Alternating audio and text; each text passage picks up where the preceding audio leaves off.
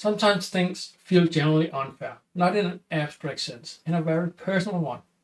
You've done your best, you've been let down by a person, a situation, a body that won't cooperate, and you find yourself in a story where things keep happening to you.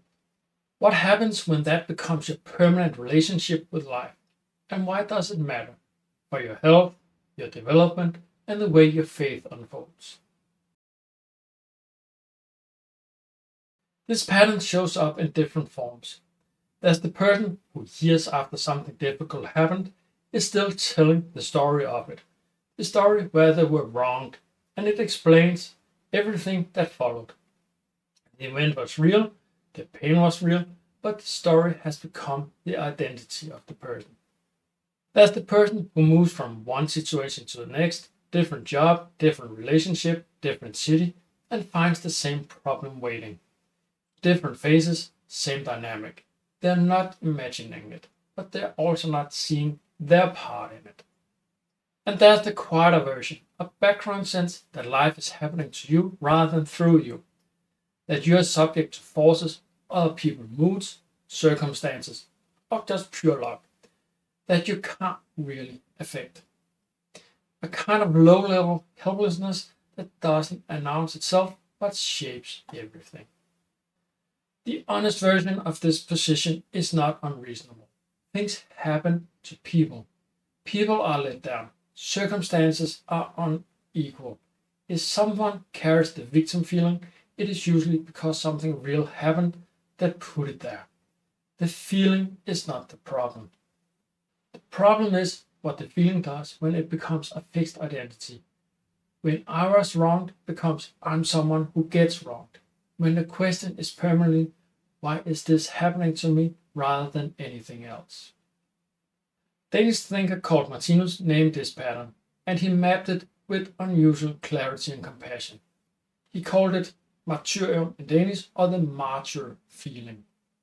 He describes people in this position as those who cannot see justice in what comes to them, who blames others for the unpleasantness in their faith. And then he adds, without any kind of contempt, their time will come too. On this account, it is a stage of development, not a character flaw. But it has a cost. A short answer to why is this happening to me at all? Martinus' answer is karma, but not in the popular sense of cosmic reward and punishment. He described it as a self-authorship. On his account, you are, across lifetimes, across reincarnation, the author of your own faith. The experience you set in motion returns to you eventually. And through that process, the same individual gradually becomes what he calls a radiant individual author of their own faith. This is not blame, it is the opposite. It means you have more agency in your situation than the martyr identity allows. So what is the actual cost? Martinus described life as having a built-in learning principle. He writes, errors give rise to suffering, suffering cultivates experience, cultivated experience is the same as wisdom. On his account, that is the design.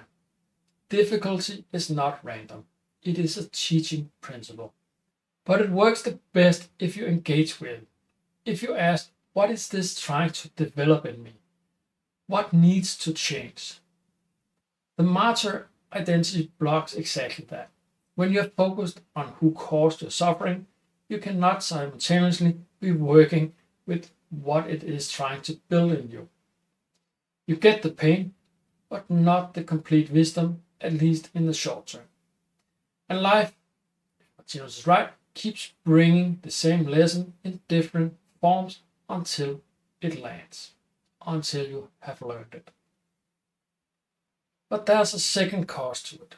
Martinus described in a pamphlet on what he called unnatural tiredness, what we could recognize today as chronic stress or burnout.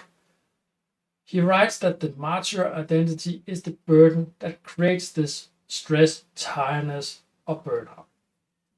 It is the burden that the person drags themselves almost to death on.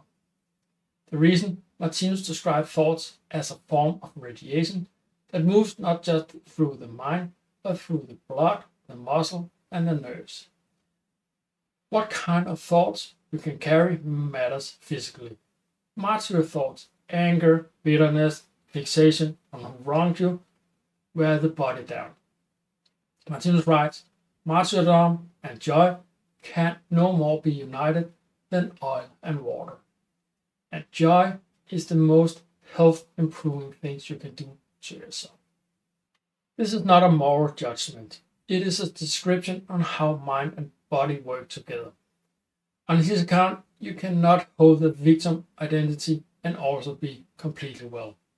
Not because it is wrong to feel hurt, but because the two are structurally incompatible. So the idea is to understand that we are not victims, but our own master of our faith. We are ultimately responsible for our faith, although we sometimes cannot see and understand that, which leads to the martyr thoughts with the following stress and burnout.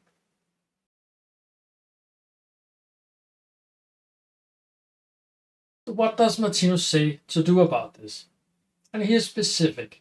The path to health for our soul and body goes through his words, combating anger, bitterness, and the martyr feeling within oneself.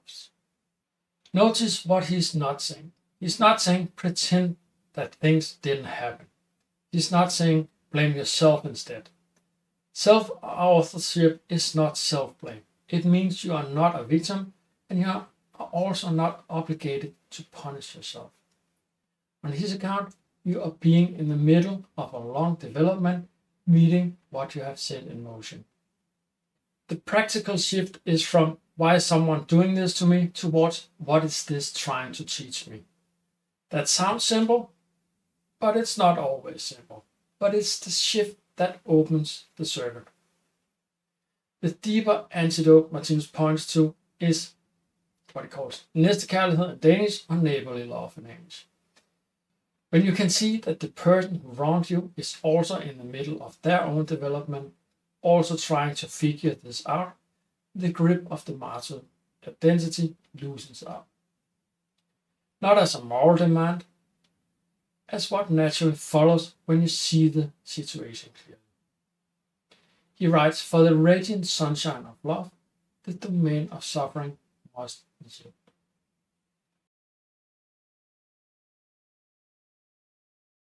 But sometimes things in life feel generally unfair. You really feel you have been let down, and you really feel that things happen to you that you didn't earn, or that it doesn't accurately reflects how life actually works. On his account, you are not a passive subject of what happens. You are an active participant along development over zero life, meeting what you have set in motion, building what you have not yet built. The difficulties that return are not, if he is right, evidence that life is against you. They're evidence that something is still being learned. The question that changes things is not, why is this happening to me? It is, what is this making room for? Does this resonate with you in any way? Is life fair or unfair? Please leave a comment below. I'll be happy to answer. Like the video if you find it valuable, and subscribe to the channel for more about the world picture described by Martinus, a world picture that actually holds together. Thanks for watching.